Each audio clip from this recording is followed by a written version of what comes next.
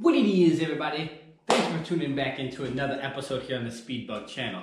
Today I have some exciting news to talk to you guys about what is coming here for Snow White. Now I'm actually excited for this build, a lot more excited for this build than I was for the previous build. Why? Because now we're really about to make some power.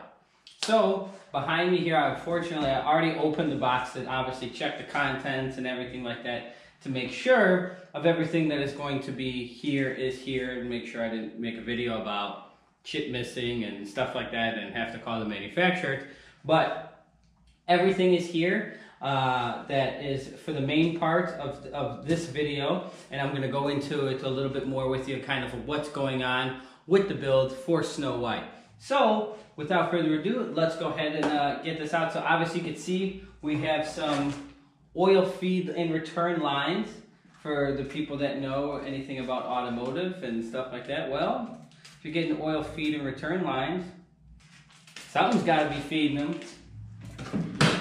So that's coming in. Let's go ahead and move this out over here and get the goods that is coming out of this box onto the table. A beautiful air wrap. We got some other stuff. And this is what it is, guys. So I tricked you guys. Nothing but a coupler. That's it. Alright, that's it. Thanks for tuning back in.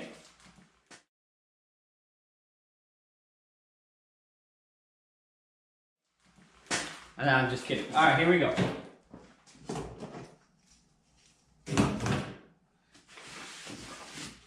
Got some other hardware and stuff like that that's going to be needed.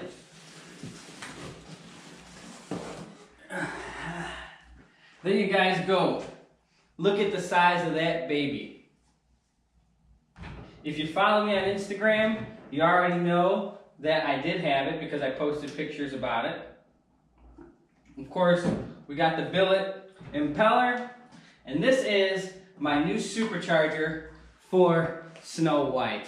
She is literally double or triple the size of the blower that I actually have currently on Snow White. And I'll walk you guys over to the car so you can actually see it, which I've showed you guys under the hood of my car many times before. It's no secret, you know, I'm not like some crazy grudge racer or anything like that. So this, because my car is equipped obviously with an A&A kit and stuff like that, and it would cost me more money to obviously switch everything over to ProCharger than the dollars were worth to gain. So I went ahead and upgraded this blower here. This is a YSI blower, and of course all of the other things that are going to go along with the car to support it. But before I talk about that, let's walk over to the car and I can show you the difference. So many of you guys have already seen the engine to my car before. No secrets and stuff like that. Stock bottom end, and everything else has kind of been done with it. So CNC ported and polished heads, A&A supercharger kit from A&A Corvette. It is the T-trim. Of course, coil relocation brackets, cams, and everything like that, and everything else to kind of go along with it. And it has methanol injection. So now we're going to be upgrading the blower, and I'm going to talk about this part. But to show you the size difference between the two, let me go grab the other one. So here is my supercharger that I currently have on my car, which is right there. Up, I just kicked the camera. And this is the new one. So you guys can see the massive difference between the two.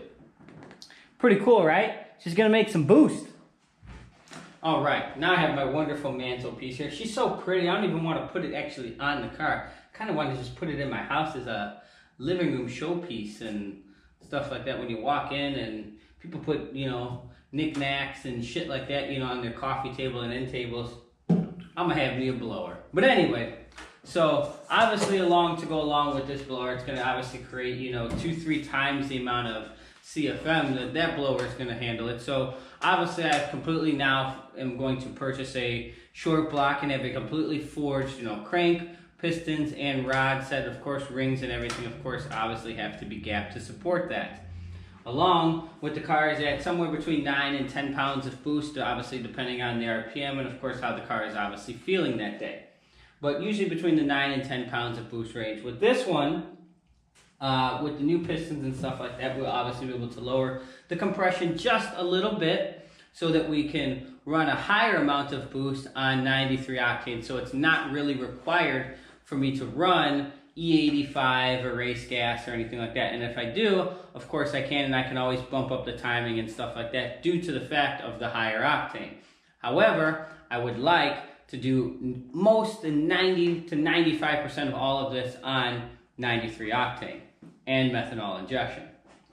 So this one here, like I said, excuse me, before I get into that, this will also allow me to, with the new motor and the Ford short block, will lower the compression ratio so that I can run more boost at the same time while still remaining on 93 and meth. This supercharger here, we're probably going to have it pulley down quite a bit. We're going to be probably jumping up to about the 19 to 25 range of PSI for boost here. And we're pretty much going for, you know, no less than like 1,000 wheel. Now, granted, again, where the car is going to come in, I know what it dynoed there on their dyno before. This is going to be done all on a Mustang dyno. So on a dyno jet, of course, it'll read higher. It's whatever. But we're probably going to look for somewhere in the high 8s, low 9s, maybe 1,000 horsepower range on that Mustang dyno. But of course, the car is going to obviously make well over that, you know, at the crank or anything like that. But crank numbers, that shit doesn't mean anything. It's what matters and gets to the ground. Of course, full bolt-ons and everything else that it needs to be able to support these modifications. A complete new fuel system, high and low side, all 8 new injectors. And of course, we also needed some trans work because we're upgrading the camshaft again as well. We're going more lift and more duration. And I don't want my car to be surging more than it already does because it's kind of annoying. So we're going to throw a converter in it, allow that to happen.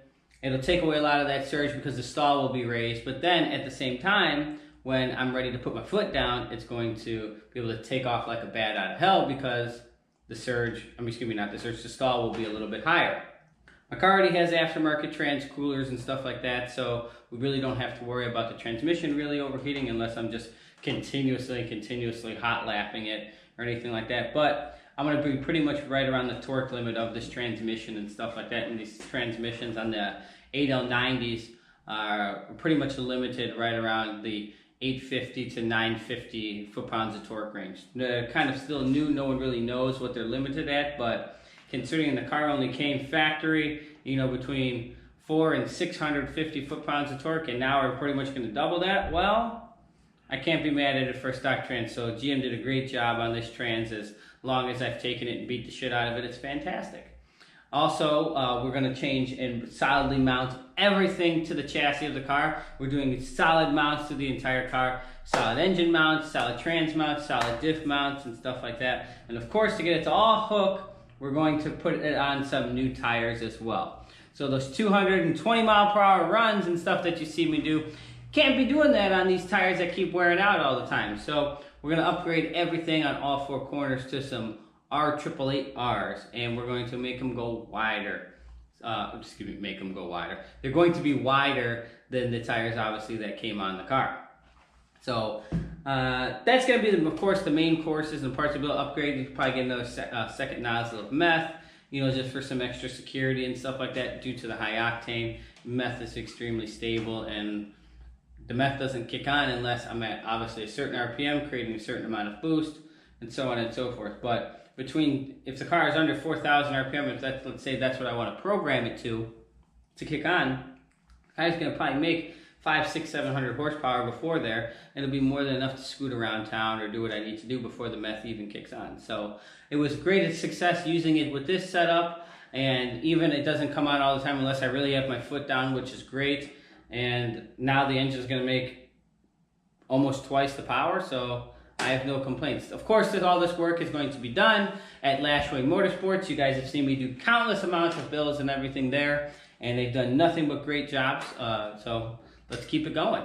So that's, I figured I would show you guys my brand new YSI supercharger. We're going to be spinning this sucker to the moon. The Corvette's going to come out being super nasty, and I thought she was fast now when she was taking down bikes and stuff like that. So Now it's going to be able to make my BMW and like my S1000, stuff like that, look slow. And this thing is going to go super fast and stupid fast and super fast and all kinds of fast and stuff like that. You know, so we're going to have some new top speed records, some new top speed runs, all kinds of cool stuff coming along with it. So stay tuned for the reveal when I do pick it up, and there'll definitely be videos and some posts and stuff like that of the car coming down and the powertrain going out and coming in, because all of that shit's got to come down because this is a huge build. But that's going to wrap it up here for today's video. If you guys like what you saw, again, Facebook, Instagram, @TheSpeedBug. Same name here as YouTube. And we will see you all for another episode here on the Speedbug channel. Peace.